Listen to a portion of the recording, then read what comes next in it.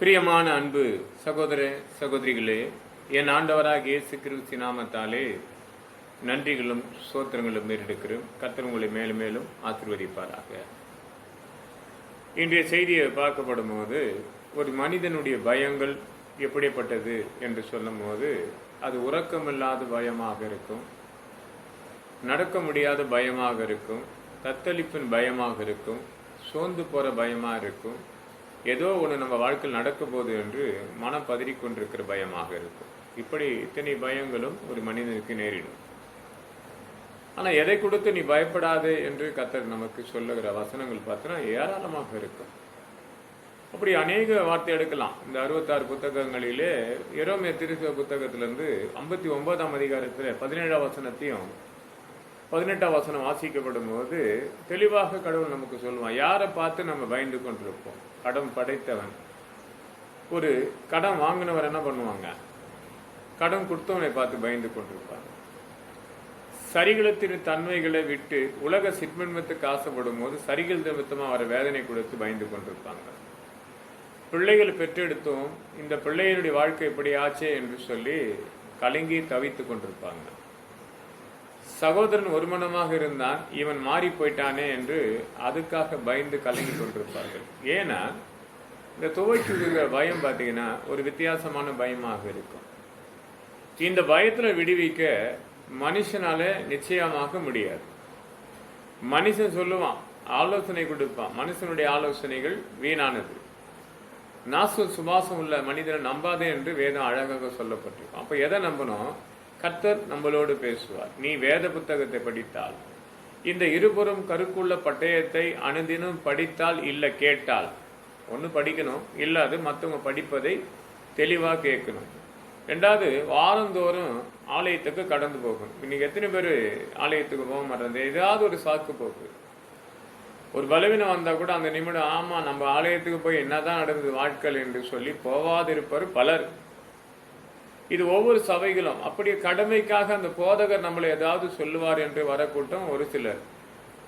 இப்படி பிரித்தெடுக்கப்பட்டு பார்த்தீங்கன்னா அநேகர் அப்படி இருப்பாங்க. அதனால அவங்களுக்கு சில பயங்கள் ஏற்படும். தத்தளிப்பின் சத்தம் கட்ட திகில் உண்டாகுன்னு எரேமியா தீர்க்க புத்தகத்தில் 30ஆம் அதிகாரத்து 5ஆம் வசனம் படித்தோம்னா, ஒரு சத்தம் கேட்டாலும் ஐயோ இன்னார இவன் வந்துருப்பாங்க என்று ஒரு பயம். இப்படி பயம் தொடர்ந்து பயணிக்கப்படும். கர்த்தர் நம்மளோடு பேசுகிற வார்த்தையை கேட்குறேங்க. எரேமியா தீர்க்க புத்தகத்தில் 39ஆம் அதிகாரத்தில் 17ஆம் வசனம் படிக்கிறேன், 17ஆம் வசனத்தையும் 18ஆம் வசனத்தை படிக்கிறேன். உங்ககிட்ட இருபுறம் கருக்குள்ள பட்டயமாக இருந்தால் எடுத்து வைத்து என்னோடு படிச்சுங்க என்றால், இல்லை நான் படிப்பதை நீங்கள் கேட்டால் நிச்சயமாக கர்த்தர் விடுவிக்க போகிறார், நிச்சயமாக உங்களுக்கு நம்பிக்கை வந்துடும். படிக்கிறேன், கேளுங்க. ஆனாலும் அந்நாளிலே உன்னையும் தப்பிவித்து என்று கர்த்தர் சொல்லுகிறார், நீ பயப்படுகிற மனுஷன் கையில் ஒப்பு கொடுப்பது இல்லை. ரெண்டாவது பார்த்தீங்கன்னா கர்த்தர் சொல்லுகிற விதமே ரொம்ப அழகா இருக்கும். அந்நாளில் உன்னையும் தப்பி வைப்பேன் என்று கர்த்தர் சொல்லுகிறார், நீ பயப்படுகிற மனுஷன் கையில் உன்னை ஒப்பு கொடுப்பது இல்லை. அப்போ ஆண்டவர் இருந்தாருன்னா யாரும் நம்மளை தொடாதடுக்கு எந்த மந்திர சூனிய கட்டுகளும் இல்லை கடன் கொடுத்தவனும் உன்மேல் கைகளை வைக்கிறதுக்காக அனுமதிக்க மாட்டார். அந்த கடத்தை நீ எப்படி திருப்பி கொடுக்கணுன்றதுக்கு உண்மை ஆசீர்வதித்து பெருக பண்ணுவார். ஆண்டவர்கிட்ட நாங்கள் கடன் வாங்கிட்டுங்க, ஆண்டவர் போய் இதை தடை பண்ணி நிறுத்திட்டாருன்றது சுயநலமாக மாறிடும். அந்த வாங்கின கடத்தை திருப்பி கொடுக்கணும்ல, அது கொடுக்கக்கூடிய சூழ்நிலையை உண்மை ஆசீர்வதித்து ஏற்படுத்துவார். எனக்கெல்லாம் பார்த்தீங்கன்னா நிறைய காரியங்களை கொடுத்து சில விண்ணப்பங்களை பகிர்ந்து கொள்ளும் போது யார் ஒருவர் என்கிட்ட சொன்னாலும் நம்புவேன். யாரு அவங்க எப்படி இப்போ கூட இன்னைக்கு ஊழியத்தின் பாதைகளில் நிறைய பேரோட பகிர்ந்து கொண்டிருக்கிறேன். இவங்க சொல்ல வார்த்தையை நான் என்ன பண்ணுவேன், நானும் பகிர்ந்து அந்த நம்பிக்கையோடு மற்றவங்களுக்கு அறிவிச்சிருந்த இந்த நேரத்துக்குள்ளே இந்த பணம் வருங்க நான் உங்களுக்கு கொடுத்துறேன்னு சொல்லுவேன். ஆனால் அடுத்த நாள் அவர் சொல்லப்பட்ட நேரத்தில் நான் அவர் பகிர்ந்து கொள்ளப்படும் போது அங்கே தாமதம் உண்டாகப்படும் போது அது ஒன்றுமே பண்ண முடியாது. அவருக்கு அந்த உள்ளம் நிரப்பி இதை கொடுப்பேன் என்று அவரும் ஜெபித்தால்தான், சும்மா கிடையாது, லேசானது கிடையாதுங்க. காணிக்கைன்றது ஒருவருக்கு கொடுப்பது லேசான காரியம் கிடையாது. அது அவங்க உள்ளத்தில் இது கொடுக்கணும். ஆண்டவரை என்ன நிமித்தமாக இந்த ஆலயத்தை கட்டணும், என்ன நிமித்தம் இந்த ஆலயத்துக்கு இந்த காரியத்தை செய்யணும் என்று சொன்னால் நிச்சயமா செய்வார். ஆனால் பாதிக்கப்பட்ட உன்னை பார்த்து சொல்றார் ஆண்டவர். அந்த வசனத்தை பார்த்தீங்கன்னா ரொம்ப நல்லா இருக்கும்.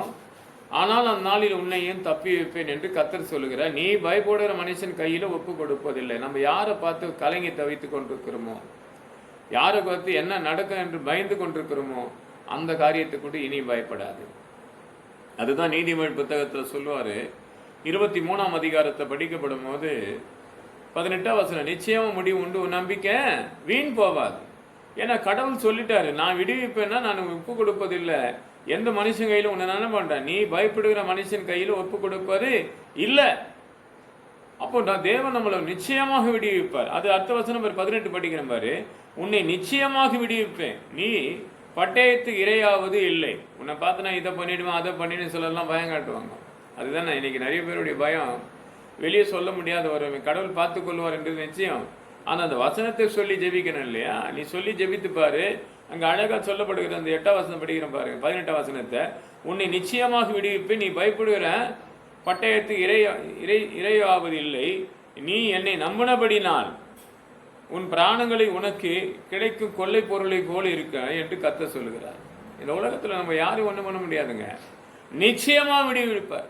இன்னைக்கு தேவன் நம்மளை விடுவிப்பார் என்று ஒரு தீர்மானத்தை எடுத்தாருன்னா விடுவிப்பார். நீ கடன்பட்ட ஜனமா இருக்கிறியா, பாதிக்கப்பட்ட ஜனமா இருக்கிறியா, கலங்கி ஜனமா இருக்கிறியா? யோவான் புத்தகத்துல சொன்னதை போல 16ஆம் 20ஆம் வசனத்தின்படி என்ன சொல்றாரு, உன் துக்கத்தை நான் சந்தோஷமாக மாற்றுவேன். நேற்று எரேமியா தீர்க்கதரிசி 31ஆம் அதிகாரம் 13ஆம் வசனம் போது, உன் சஞ்சலத்தை மாற்றி உன்னை சந்தோஷப்படுத்துவேன், உன் துக்கத்தை நான் சந்தோஷமா மாற்றுவேன் என்று நேற்று வாசிக்கப்பட்ட வசனத்தை அதே வார்த்தை தான் இதுலயே படிக்கிறேன் பாருங்க. 31ஆம் அதிகாரத்துல எரேமியா புத்தகத்தில் 31ஆம் அதிகாரம் 13ஆம் வசனம் வந்துச்சு. அப்போது கன்னிகையும் வாலிபர்களும் முதியவர்களும் ஆனந்த களிப்பாக மகிழ்வார்கள். நான் அவர்களின் துக்கத்தையும் சந்தோஷமாக மாற்றி அவர்களை தேற்றி அவர்களின் சஞ்சலத்தை நீக்கி அவர்களையும் சந்தோஷப்படுத்துவேன். ரொம்ப அழகா இருக்கும் வசனங்க படிக்க. விடுவிப்பேன் என்று சொன்னா விடுவிப்பு மட்டும் இல்ல, சந்தோஷப்படுத்தி பார்ப்பாரு ஆண்டவர். நிச்சயமாக உங்களை நீங்கள் விசுவாசிக்க கூடமானால், நம்ப கூடமானால், நிச்சயமாக உங்கள் வாழ்க்கையில் ஒரு சந்தோஷத்தை உண்டாக்கக்கூடிய நேரம் தான் இந்த மாதத்துல துவக்கி நாட்கள்லேருந்து சொல்லி வந்த வசனத்தின்படியாக இந்த வசனம் நிச்சயமாக விடுவிப்பேன் என்று சொன்னால், நீ பயப்படுகிற மனுஷன் கையில உன்னை ஒப்பு கொடுப்பது இல்லைன்ட்டார் ஆண்டவர். அப்போ ஒப்பு கொடுப்பது இல்லை என்று சொன்னாலும் அடுத்து என்ன நடக்க போகுது, நம்ம வாழ்க்கையில் ஒரு அதிசயம் நடக்க போகுது. அப்படிதான் இருக்கும் இல்லையா? நீதிமொழி 23ஆம் அதிகாரம் 18ஆம் வசனம், நிச்சயமா முடிவு உண்டு, உன் நம்பிக்கை வீண் போவாது. நம்ம எதை நம்பிக்கொண்டிருக்கிறோமோ அது. ஆனால் சில காரியங்களை நம்ம யோபு புத்தகத்தில் 22ஆம் அதிகாரம் 23ஆம் வசனத்தின்படி அப்ப நம்ம எப்படி இருக்கணும், ஒப்பு கொடுக்கணும். எதை விட்டுட்டு வர சொல்றதாண்டா அதை விட்டுட்டு வரணும் இல்லையா? யோபு புத்தகத்தில் 22ஆம் அதிகாரம் 23ஆம் வசனம் படிக்கிறேன் பாருங்க, ரொம்ப அழகா இருக்கு அந்த வசனத்தை. இந்த பாருங்க, நீ சர்வ வல்லவனிடத்திலே மனம் திரும்பவும் கட்டப்படுவீர்கள், அக்கிரமத்தை உமது கூடாரத்துக்கு தூரமாகுமா. அழகா சொல்றாரு பாருங்க, வார்த்தையை கேளுங்க. நான் எடுக்கப்பட்ட வசனம் விடுவிப்பேன் என்று சொன்னா விடுவிப்பேன். அடுத்தது நம்மளோட பேசுற பாருங்க, நீ சர்வ வல்லவரிடத்துல மனம் திரும்பினால் திரும்பவும் கட்டப்படுவீர்களாம். திரும்ப நம்மளை ஆசீர்வதிக்க போகிறார், திரும்ப நம்மளை உயர்த்த போகிறார், திரும்ப மேல மேல ஆசீர்வதித்து பெருக செவ்வா. எது கொடுத்து பயந்து கொண்டிருக்கிறோம், எந்த பிள்ளைகளை கொடுத்து கலங்கி கொண்டிருக்கிறோம், எந்த வேலையை கொடுத்து கலங்கி கொண்டிருக்கிறோம், ஏதோ கடன் தொல்லையால தங்கி கொண்டிருக்கிறோம், எந்த காரியத்தை கர்த்தர் செய்து முடிப்பேன் என்று சொல்லிட்டார்னா அது சொன்னது நேர்த்தியான நேரத்தில் செய்து முடிப்பேன். அதுதான் யோவான் புத்தகத்தில் 16ஆம் அதிகாரத்தில் படிக்கப்படும் போது 20ஆம் வசனம், உன் துக்கத்தை நான் சந்தோஷமா மாற்றுவேன் என்றார். எரேமியா தீர்க்கதரிசி புத்தகத்தில் 31ஆம் அதிகாரம் 13ஆம் வசனம், உன் சஞ்சலத்தை மாற்றி நான் உன்னை சந்தோஷப்படுத்துவேன் என்றார். எனக்கு எது எப்படியேப்பட்ட சந்தோஷம் வேணுங்க, நம்ம விரும்பின சந்தோஷம். அநே தினத்தை ஒரு விண்ணப்பத்தை தேவனுக்கு சொல்லி கொண்டே இருக்கணும். என்னை பொறுத்த வரைக்கும் கேளுங்கள் அப்போது கொடுக்கப்படணும். அவர்கிட்ட நான் கேட்டுக்கொண்டே இருப்பேன். அவர் சொன்னபடி நான் திரும்புவேன். என்னுடைய குறைகள் எல்லாம் நிறைய இருக்கு, அந்த குறையெல்லாம் அறிக்கை செய்து தேவனுக்கு முன்பாக நான் கேட்டுக்கொண்டே இருப்பேன். அவர் கொடுத்து என்னை நடத்திக்கணும். இன்னைக்கு எத்தனை பேர் பொறாமப்படுறாங்க, என்னை கொடுத்து புறம் பேசி தெரிவாங்க. அதை கொடுத்து நம்ம பேசி கொண்டாந்தா உலகத்துல போய் மாட்டிக்குவோம். நிச்சயமா நம்மளை புறம் பேசுறவங்களை கொடுத்து நம்ம யோசிக்க கூடாது, நம்மளை கொடுத்து தாறுமாறா சொல்றவங்களை கொடுத்து நம்ம பேசி கொண்டிருக்க கூடாது. அதை அப்படியே விட்டுட்டு தேவனை மட்டும் நோக்கி பாரு. அதுதான் சார் சர்வ வல்லமையிடத்தில் திரும்பினால் மறுபடியும் கட்டப்படுவாய் என்று சொல்லி யோபு புத்தகத்தில் 22ஆம் 23ஆம் வசனம் சொல்லப்படுது என்று சொன்னா லேசானது கிடையாதுங்க. அவர் நிச்சயமாக உன்னை விடுவிக்க போகிறார். நீ பயப்படுகிற மனுஷங்கிட்ட நீ பயப்படாத. உன் பிள்ளைகளை கொடுத்து பெரிய பாரம் உனக்கு, இது யாரென்று சொன்னா நடக்கும் என்று சொல்ல எல்லார்கிட்ட சொல்ல மறந்து உனக்குள்ள இருக்கிற பயமே உன்னை உட்காரித்து கொண்டிருக்கிறாரு. நல்லா பாருங்க, புலம்பல் புத்தகத்தில் 3ஆம் அதிகாரம் 57 வசனம் போது, என் ஆபத்து காலத்தில் உன்னை நோக்கி கூப்பிட்டேன். என் சத்தத்தை நீ கேட்டாய் என்ற. நல்லா இருக்கு அந்த வசனம் படிக்கும் போது. அது ஏன்னா முடிக்கும் போது அந்த வசனம் எனக்கு ஞாபகப்படுத்துகிற காரணங்கள் எனக்கு தெரியாது. ரொம்ப அருமையாக இருக்கும் அந்த வசனத்தை படிக்கிறேன் பாருங்க. ரொம்ப ஏன்னா படிக்கிற மாதிரி ஆமாம் 57ஆம் வசனம் தான். புலம்பல் 3ஆம் அதிகாரம் 57. நான் உன்னை நோக்கி கூப்பிட்டேன், நாளில் நீ அணுகி பயப்படாதே என்று சொன்னீர். அங்க புலம்பலா சொல்ற அந்த வார்த்தை கேட்டினா, நான் உன்னை நோக்கி கூப்பிட்டேன், நீ என்னை பார்த்து சொன்னி பயப்படாதே என்று சொன்னீர். என் தேவன் அப்படியேப்பட்டது தாங்க. எத்தனை நெருக்கடியிலேருந்து நான் கூப்பிட்டு இருப்பேன் தெரியுங்களா? எத்தனை சஞ்சலத்தில் நான் கூப்பிட்டுருக்கேன் தெரியுமா? என்னைக்குமே அவர் இல்லைன்றதெல்லாம் என் சத்தத்தை கேட்காத மாதிரி இருந்தது கிடையாது. ஏன்னா என் ஆண்டு சொன்னால், நான் கூப்பிடும் போதெல்லாம் எப்போது நீ திரும்புறியோ அப்போது நீ கூப்பிடும் போதெல்லாம் உனக்கு நான் பதில் அனுப்பி கொண்டே இருப்பேன் என்று தான் அநேக காரியங்களை என்னை நடத்தி கூட விதமே பார்த்து, இந்த உலகத்தில் இருக்கிறவங்க என்னை பார்த்து நினைக்கிற ஒரே விதம் என்னடா, எப்போது இருப்பதை போல என்னை நடத்தி கொண்டிருப்பார். அத்தனை பலவீனம் இருந்தாலும் இன்னைக்கும் சுகத்தோடு தான் நடந்து பயணித்துக் கொண்டே இருக்கிறோம். ஏன்னா என் தேவனுடைய கிருபை, அதுதான் என் கிருபை உமக்கு போதும், உன் பலவீனத்தை நான் பலமாறிப்பேன் என்று கொண்டேர் புத்தகத்தில் சொல்லப்பட்ட வசனங்கள் 12ஆம் அதிகாரம் 9ஆம் வசனம். இன்னைக்கு நேற்று கிடையாதுங்க. நான் ஆண்டவரை ஏற்றுக்கொள்ளப்பட்டது முதல்ல எனக்கு ஊழியத்தின் மகிழ்ச்சியின் ஜெப வீடு கிடையாதுங்க, கிருபையின் ஊழியம்.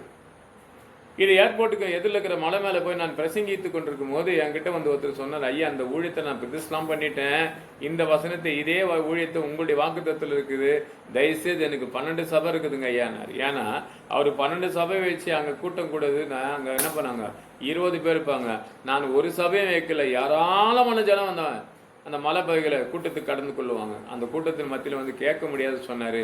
அப்பயே சொன்னேன், இந்த பேர் உள்ள ஊழியத்தை நீங்கள் நடத்துங்க, கர்த்தர் எனக்கு ஏதாவது வசனம் கொடுத்தார் நான் அதன்படி நடத்துறேன்னு தான் இந்த இயேசு கிறிஸ்துவின் வெளிப்படுத்தின் மகிழ்ச்சியின் ஜெப ஊழியத்தை நடந்து கொள்ளு 2012 பிரதிஷ்டை பண்ணி இது வரைக்கும் நடத்தி கொண்டிருக்கிறோம். பார்க்குறேன் அன்பு சகோதர சகோதரிகளே, எதை கொடுத்து பயப்படாதுங்க, மனுஷனை பார்த்து பயப்படாதுங்க. நீ தேடியும் அவன் காணாது போயிடுவான். ஏசாயா புத்தகம் 41ஆம் அதிகாரம் 11ஆம் வசனம் 12ஆம் வசனம், நீ தேடியும் அவன் காணாத போயிடும். ஏன்னா கர்த்தர் உன் வலது புறத்தில் இருக்கிறாரு, உன்னை தள்ளுவதும் விட மாட்டாரு, உன்னை தாங்கிறதும் உன் அருகில் இருக்கிறாரு. இந்த ஆண்டு முடியப்படும் போது சகலத்தையும் புதிய காரியத்தை செய்து நீ நினைப்பதற்கும் வேண்டிக் கொள்வதற்கும் மேலே ஒரு அதிசயத்தை செய்ய வைப்பார். கர்த்தர் இந்த வார்த்தைகளை ஆசீர்வதிப்பாராக. ஆமேன், ஆமேன், ஆமேன்.